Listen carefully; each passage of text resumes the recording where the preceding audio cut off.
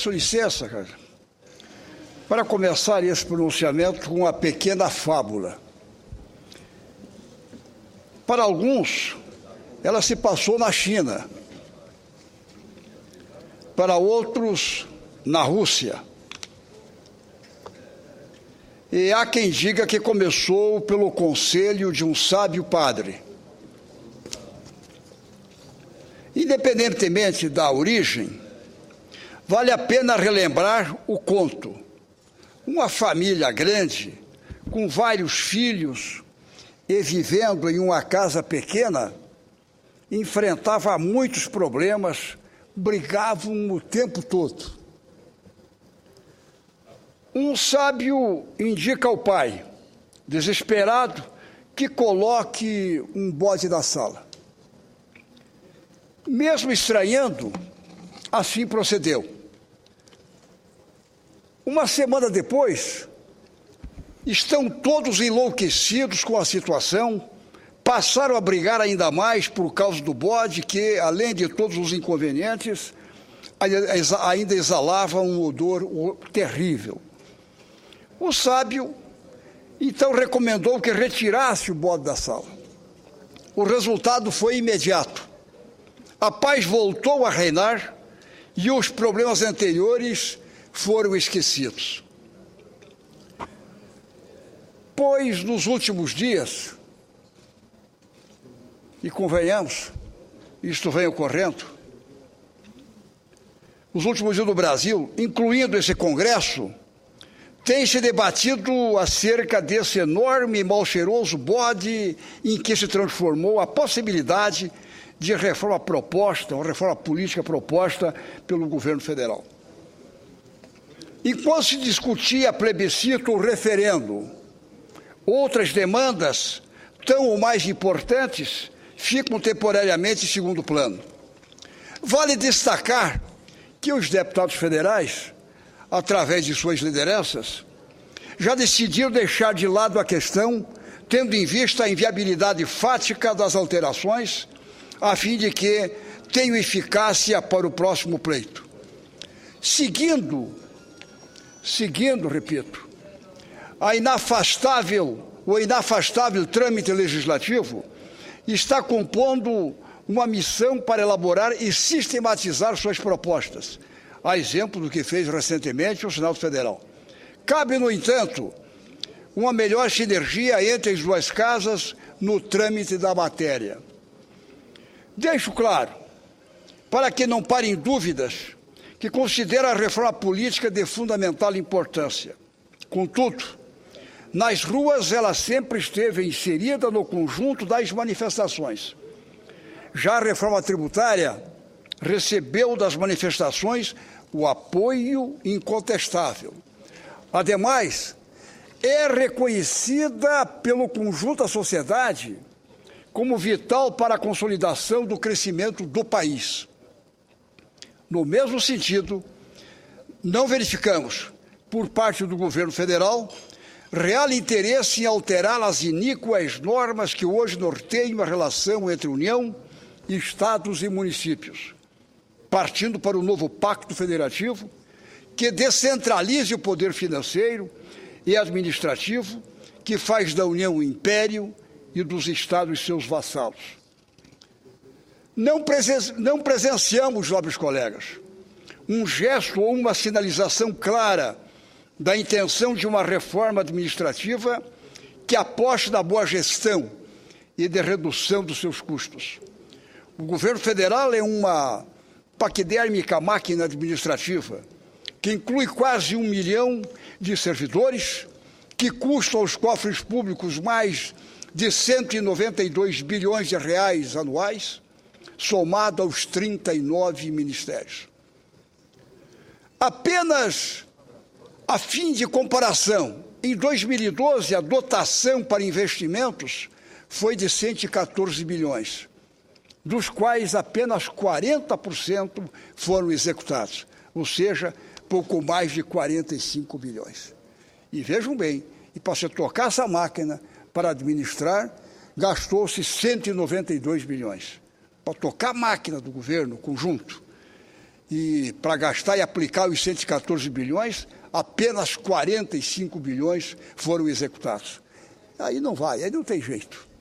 Se começar a analisar sobre efeito de gestão, boa gestão pública, no bom sentido, quer dizer, levar com primazia, isso não passa nem na primeira sabatina, não passa nem no primário, um feito de administração dessa forma.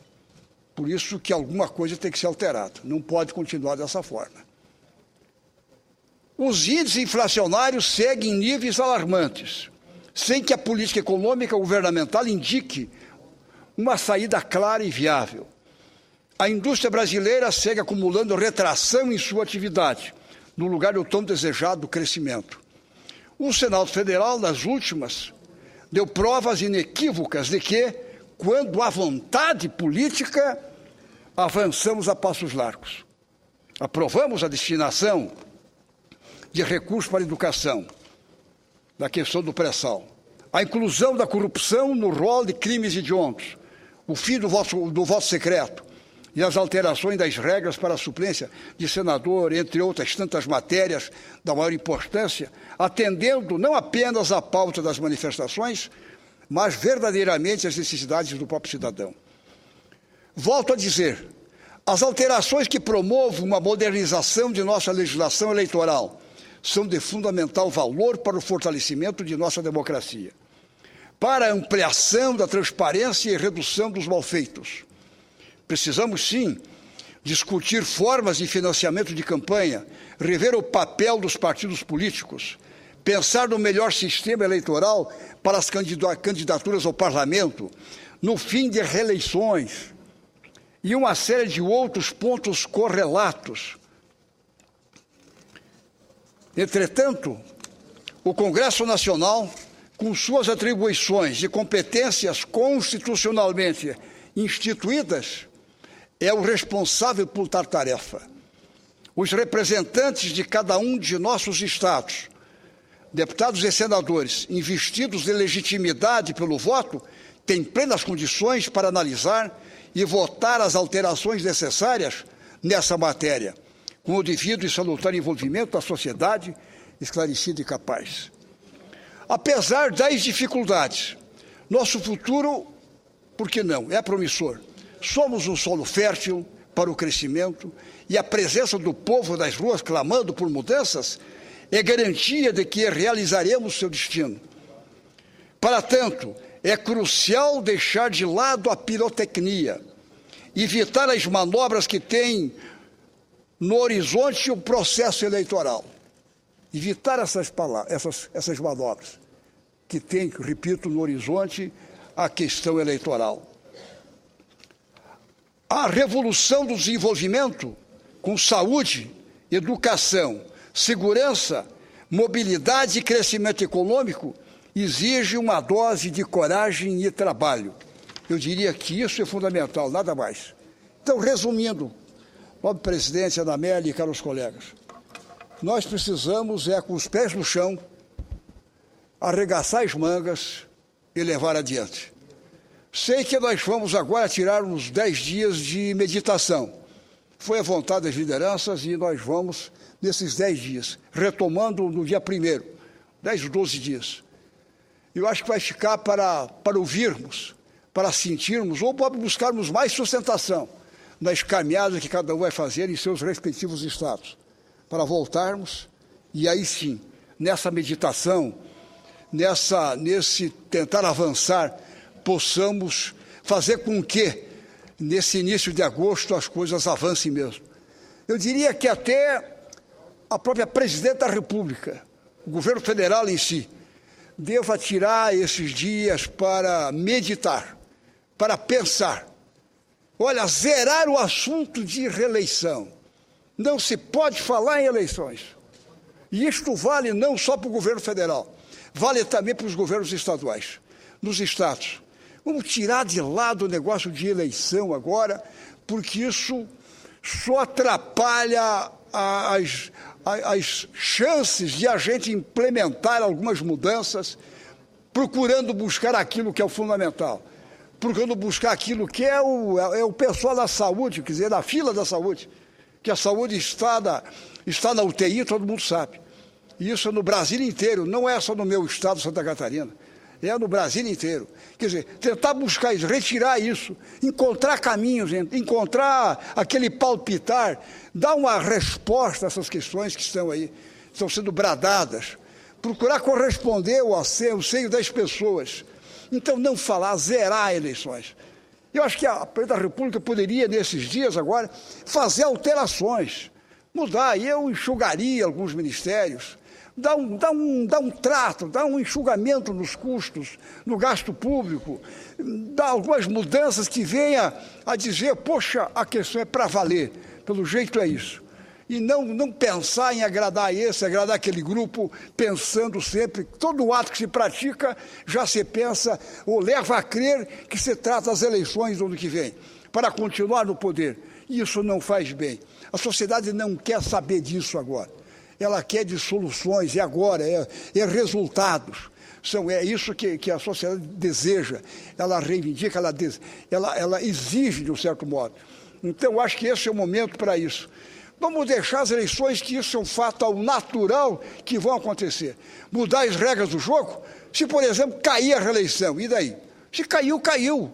Aí não tem. Então, vamos pensar nisso. Vamos pensar que pode, na mudança agora, até não ter mais reeleição ano que vem. Pode acontecer isso. Então, vamos tratar de buscar saídas, buscar aquilo que é o fundamental. Vamos tentar encontrar o caminho. A Câmara constituiu uma comissão para tratar desses temas, inclusive de algumas reformas das eleições do ano que vem. Vai ter coligações, não vai ter reeleição, vai ter isso, vai ter aquilo. Aqui no Senado, nós poderíamos fazer com que alguns temas que já se tratou antes, no ano passado, sobre a reforma política, possam também ser inseridas nessa comissão da Câmara. Eu acho que até em conjunto para nós ganharmos tempo. Eu até disse para o presidente do Senado, o Renan, ontem, olha, vamos, quem sabe, inserir essas propostas e alguns senadores nessa comissão da Câmara para que possamos avançar em conjunto e trazermos agora até outubro, que é um ano antes, constitucionalmente falando, um ano antes das eleições, para alterar essas regras, um ano antes. Não se pode alterar depois que o jogo praticamente começa. Então, eu acho que esse é o momento agora para se andar, para se trabalhar, para se tentar encontrar os caminhos nas questões fundamentais. Enfim, a nação aguarda por isso, antes que volte de novo a ver os movimentos, a ver as caminhadas, a ver as passeatas, a ver esses movimentos todos. A gente tem que avançar, temos que buscar responder a essas sinalizações. Eu acho que esse é o nosso papel agora. Por isso, deixo essas ponderações à presidenta Ana Amélia, nesta tarde, aqui perante Vossa Excelência, perante os colegas aqui do Senado, fazendo com que nós continuemos a meditar.